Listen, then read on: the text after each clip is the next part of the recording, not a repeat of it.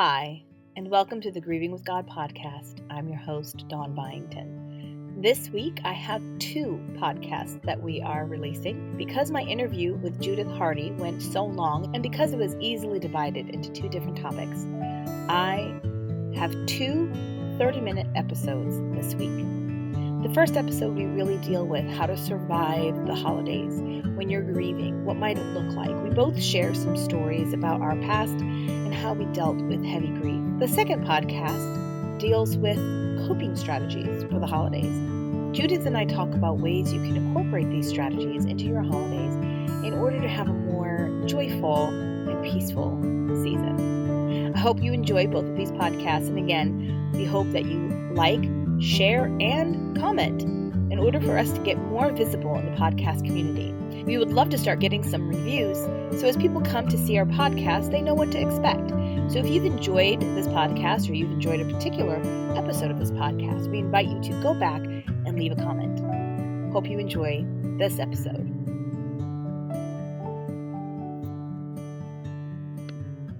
What are some coping strategies for us as we are heading into the holiday season, where there's dinners and there's parties, and there might be some work parties that nobody at work knows what we're going through.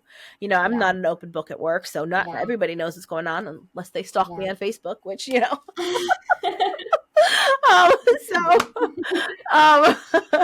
So what are some coping strategies for us? I'm going to go through a couple of them, and you shout out if something strikes you. Okay. So I've got acknowledging your feelings, set realistic expectations, plan ahead, create boundaries. So those are the first four. I've got 10. So out of those, is there anything that kind of jumps out at you and you're like, oh, yes, that one? Yeah.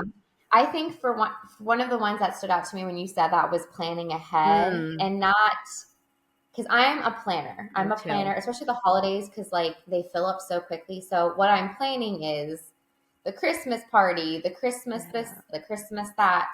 What I've had to learn to be more cognizant of is to plan times of rest. Oh, yes. I don't plan that. I'm really good about shoving my schedule full of the things that deplete me and nothing that really fills me. Because don't get me wrong, I love a holiday party as much as the next, but all of those things, especially in seasons of grief, even if it's a sweet moment, it is draining you. Yes, it is. And so I think even if you're an extrovert. Yes, regardless, I'm a total extrovert, and I still reach a space where I'm like, woo. And so I think and that kind of goes with even boundaries of recognizing I need to plan ahead, not only my schedule and know what could possibly be triggering, but also recognizing I am draining a lot. I'm asking a lot of myself in these moments. I'm asking a lot of myself in this season. And in turn, I need to give myself space. I need to plan ways to fill my cup. So that might be, and that for me, that's in part setting the boundaries. A great example is we've had a really crazy couple weeks because again, it's the holidays, and I'm baking things, I'm making things, because everything that you go to involves you taking something to it. Yes. So even during the day, there's the getting ready for it. Right. And so I was invited to a youth group event that I was not responsible for, but I was just invited to, and all my students wanted me to go.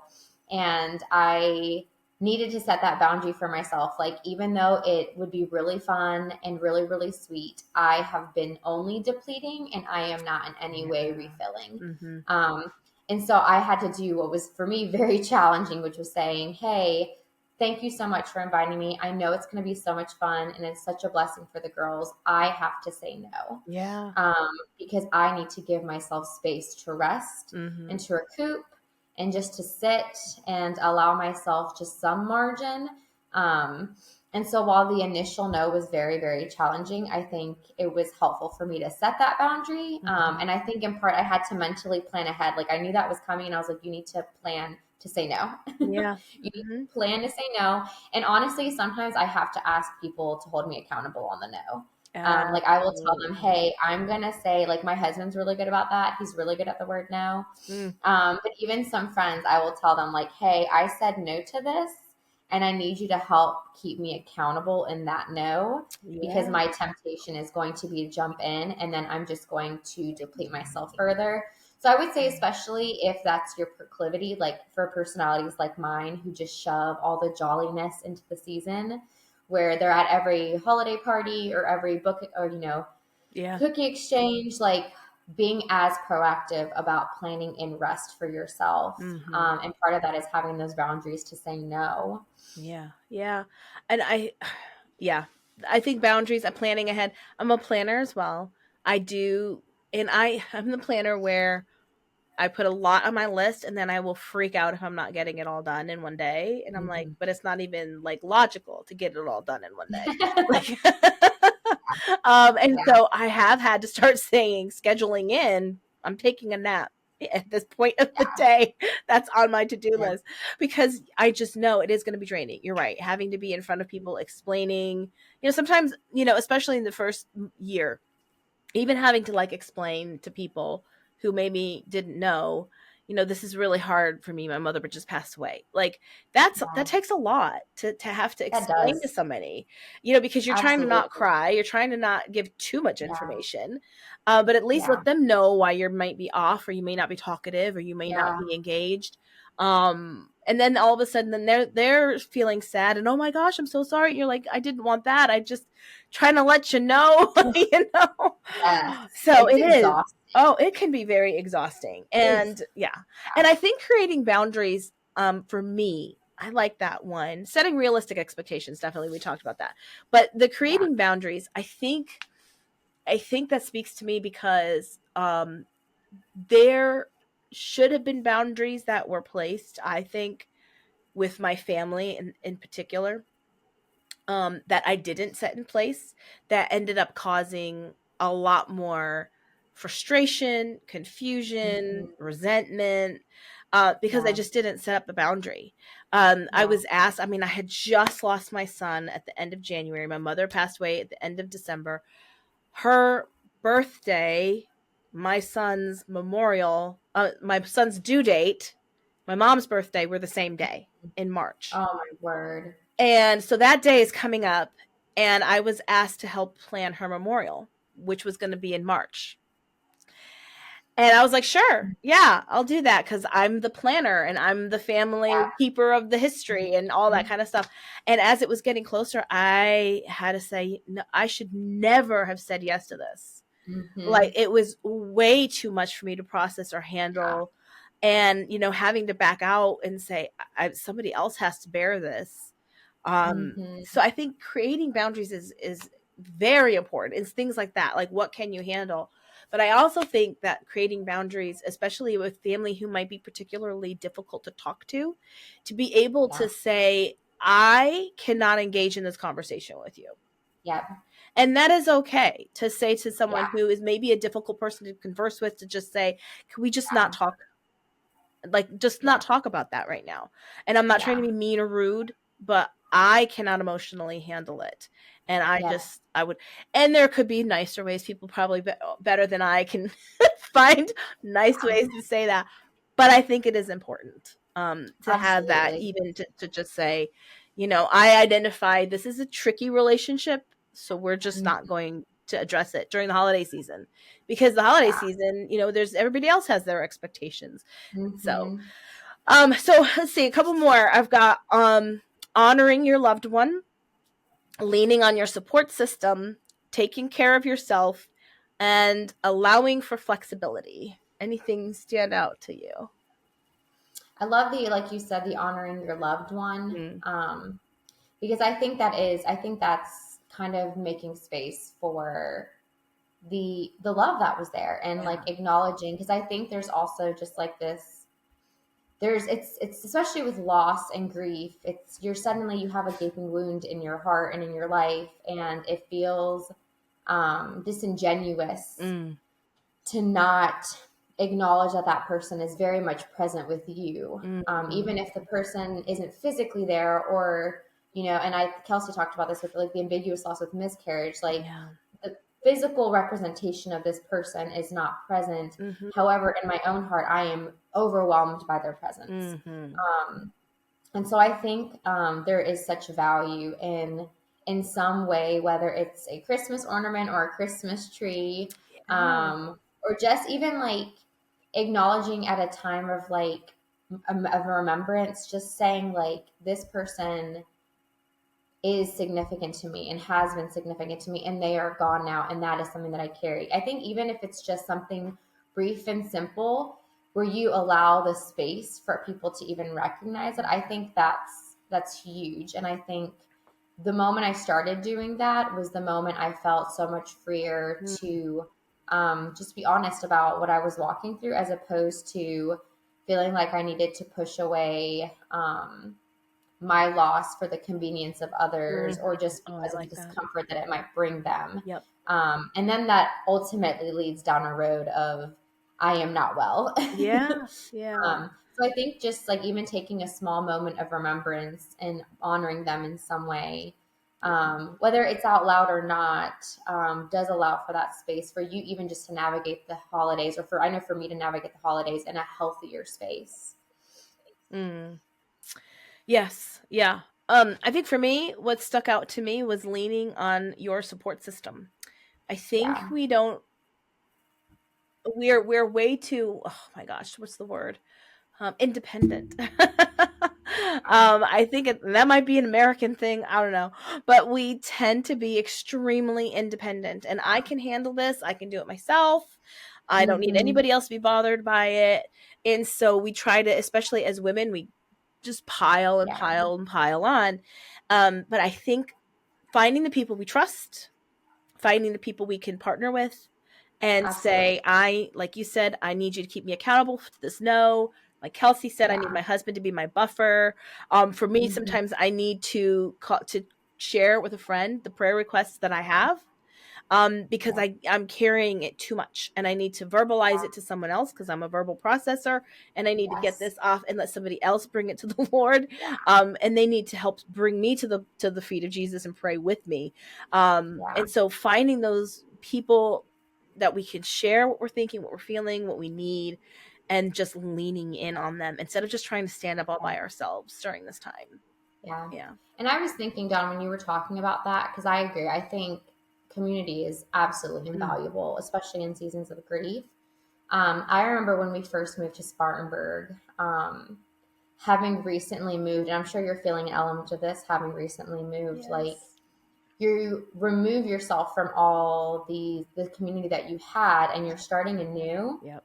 And that is especially hard, Mm-hmm. because it's like you said, when that in the first year, when people ask and you just share in passing, it is especially hard because my mother passed away in this last year. Mm-hmm. um I especially felt that exhaustion that first year when we moved up here, because we Yeah. had just had our first and second miscarriage, and then we moved and nobody really knew us. Like, we had very few people in our space who knew us super well.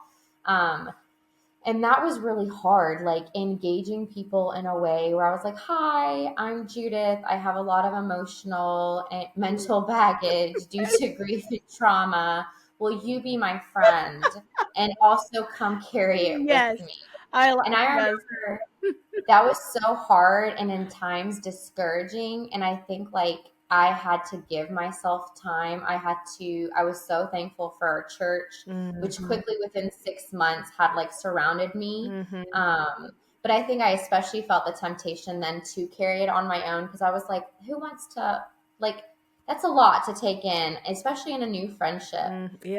Yeah. So I would even say, like, with that planning ahead, especially in a season of having recently moved or knowing that there's like just a lot of change, because I wish I had done that better. I wish I had, because I kind of got up here, all of my friends had moved away. We had kind of all gone our separate ways. And I remember those first 6 months being very, very isolating, and Oh very, very yeah. hard, because I Yeah. felt like I just carried that burden by myself, because I really hadn't befriended people up here yet. Yeah. I was still making friends, and that's a very hard area to just open up about. And the ones that I did have felt further away. So I wish I had been more vulnerable in finding my community. Um, And part of that is just like season of life. But I think it also highlighted for me, like you said, the value and just the treasure of when you do have those people in your life that you can immediately turn to, because they do carry that weight many times on behalf of you. Like I'm not even carrying, they're carrying it for me.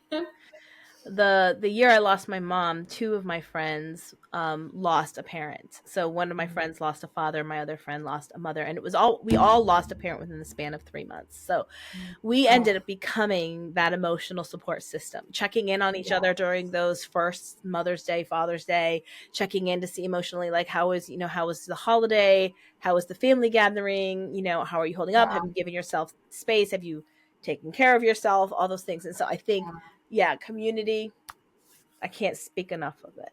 So, and finding your community. Yes, I'm in Maine right now, and it's hard. Churches are different up here than they are in the South. And getting connected into the church is hard because my husband is working on Sundays. And I've been sick for the past 3 Sundays. So it's like, trying to get engaged, trying to be part of a community and be known by a community. And when you're in a new area, it can be challenging, but I am praying that the Lord will open up that path and avenue, and people will start coming into our lives. So last 2 questions, actually not last 2, coping strategies. And I think both of these are very important: seeking professional support if needed, and finding small joys. So I will speak about the seeking professional support. I think it has gotten better. I know growing up as a kid, if you had to go to therapy, there was something really wrong with you, and we would, in high school, we'd mock you. Oh my goodness, you're going to see a therapist, like it is not that way now. My daughter advocated for herself and she signed herself up for therapy, and I'm like, go for it, girl. It is different now. And so I feel like if you have this stigma in your head, is that the right word? That oh no, it's shameful to get support, to talk to somebody, to share my feelings with a stranger. I highly, highly encourage seeking professional support. We have done it multiple times throughout our adult lives for various reasons, for marriage, for grief, for just processing childhood traumas. If you are going through a particularly difficult grieving season, someone who is trained can really help, not just be an ear for you, like it does help to verbally process, but to kind of pinpoint in some of the things that you might need to let go of, or pinpoint some of the things that you might need to work on, or maybe there's something that you need to change in order for you to better cope with the things that are happening. And so I am a huge advocate for getting professional support. I love that. It's funny. I grew up in a similar, just culturally, in Spanish culture, therapy and mental health is not really something that's emphasized. And it was so funny because at one point, my brothers and I were all in therapy at the same time, all for varying reasons. And I remember having a conversation with my mother where she was like, what did I do for all of my kids to be in therapy? And I was like, Mom, you should be encouraged by the fact that we are all seeking assistance. Trying to get healthy. All just trying to get healthy. So I agree. I think that's invaluable. I think that's something even right now, because I haven't been in therapy, but I am, and I have accountability partners ensuring that I do it. Yes. I am retroactively, I'm getting ahead of the game, putting myself in therapy because we are entering a season of transition. With expecting our little one in March. And I already can feel the tension of that. And so I think even that's something that I'm learning, like not to wait on therapy until it gets so bad where I'm like, oh dang, I need a therapist. Instead, engaging already and recognizing like it is just good to have an ongoing professional relationship with someone who knows you, knows your story, and can help walk with you through different seasons of life, because life just throws some real some major curveballs at you. So yes, it's so funny because I think now, and it's funny because I live in a in a community that advocates hard for therapy, and I love it. I'm so thankful for that. We used to joke with our kids, like something would happen in the house or whatever, and we'd look at them and, well, you'll tell your therapist about that one day. I love that. And it's so fun because I've heard so much of that, like that has become so common to hear. Like I have a culture of women who have older children in my life, you and other women at church, who are like, oh, we're just going to have to pay for their therapy later. Like we're wounding our children. We know that because we're all broken humans. Oh, yeah. And my brokenness that I brought in is going to leak onto them. Yep. And I told Matt, I was like, that has freed me up in such a way to feel like, it honestly has freed me up in so many ways, even with just the way that I view like parenting. Because I'm like, you know what? You're right. Like life is going to wound. We're going to wound one another. And like the more we talk and engage and encourage therapy and just the processing of emotions and seeking professional help, the healthier we're all. Like the healthier I am, the healthier my husband is. Like the more that we can, know in ourselves our weaknesses and how we parent and how we engage in one another. So I'm like, it's so funny because I tell people, I'm like, no, I'm over here like everybody at some point, just needs to be in therapy. Yeah, definitely. So the last one, and then we're going to close, is finding the small joys this holiday season. Can you think of maybe a small joy that you've already encountered maybe this year? Well, I don't know if I get to use this one, but I'm going to use it. And it's been a sweet joy. Which is that we are expecting, and we are 25 weeks along, which is like a really, really big number, which feels overwhelming. And it's so funny because it feels like the large joy that you would think that I celebrate on a regular daily basis. And it isn't. Like it is and it isn't. Yeah, I understand. But it's just been sweet to just recognize like in the little moments, like, and just acknowledging like this is the Lord meeting me in this moment. Like even just today, I had an opportunity to bring a friend a coffee at work. And she has had her homeroom class praying over our pregnancy since the very beginning. Oh, wow. And so she asked me to come inside and she's like, hey, for just a moment, my middle schoolers want to meet you. And I got to meet this group of like 12 middle school girls and even some middle school boys who are obviously like trying to be cooler about it, who walked in, who I've never met before in my life, who joyously were like, this is the baby that we have been praying for. And I was just so humbled because I was like, this is something that wasn't even on my radar. Like I knew they were praying for me. And I think I was having a bit of a rough morning. And I think the Lord was like, encouragement. Like this is the small encouragement you needed. Yes, absolutely. Oh, wow. And so I think like just kind of reveling in those moments and just thanking the Lord for them and then even sharing them and just being like, this is just one sweet thing that has happened. Because I have a lot of doubts even still that I carry in my pregnancy after years of trauma and grief. But it was such a sweet moment of celebration and joy. And I'm trying to allow myself to sit in like the little joys, the little redemptions. Like even this year, putting on my ornament felt different. Knowing that we are expecting our little one, it didn't erase any of the loss that came with having lost the last ones. I said, but I see some hope and some joy and some redemption. And I'm just so thankful for kind of the opportunity to see it full circle because I didn't know if I was going to get to see it full circle. Yeah. That's amazing. Oh, that is sweet. That is really sweet. So for me, a small joy is snow. So living in South Carolina, we hadn't seen snow in 3 years. I don't think we even saw a flurry in the past 3 years in South Carolina.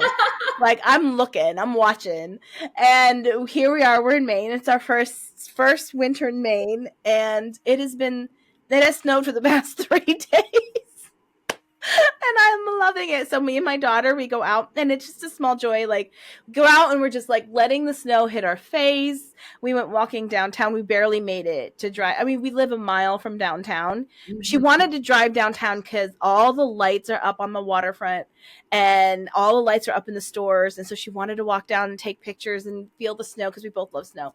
And, we're driving on the icy road trying to get down there. Oh my gosh. But to just like there's something for me. There's something about snow, and when it falls and it's dark and everything just gets so quiet and it just Oh, gets so still, and it's so peaceful to me. And so that has been like a little gift for me this season. oh my goodness. New Yeah. state, all of our memories of Ezekiel are in South Carolina, so everything is new up here in Maine. And so I just felt like that was just a nice little blessing from God, because when we moved here, they told us, oh yeah, we hardly had any snow last year. It only snowed twice, January and April. And I was like, oh, great. You're like, I brought the South Carolina projections of snow with me. Right. And Oh so, my goodness. Also, but tonight it's going to never, rain, so it's all going to go away, but it's okay. but it has been so magical. Oh, I'm sure there is something just overwhelmingly magical and beautiful and healing about snow. Like, I agree. Like the muffled sound when all you can hear is like just everything is packed. Oh, it is. That My is so favorite. magical. It's my favorite. I feel like me So in Judith, general. thank you so much for sharing with us and co-hosting with me today and talking about grief and sharing some laughs, because, sometimes in our season we do need to laugh even while we're grieving, and to just know how to honor our grief, how to honor ourselves, our loved ones, and navigate, the holidays, and maybe set up some boundaries and plan and all that. So thank you again Well, for joining me today. Thanks, Dawn. Thank you for joining us this week on the Grieving with God podcast. I hope to see you again at our next episode that should be releasing sometime this week. And I hope that you and your family have a beautiful, wonderful, safe holidays.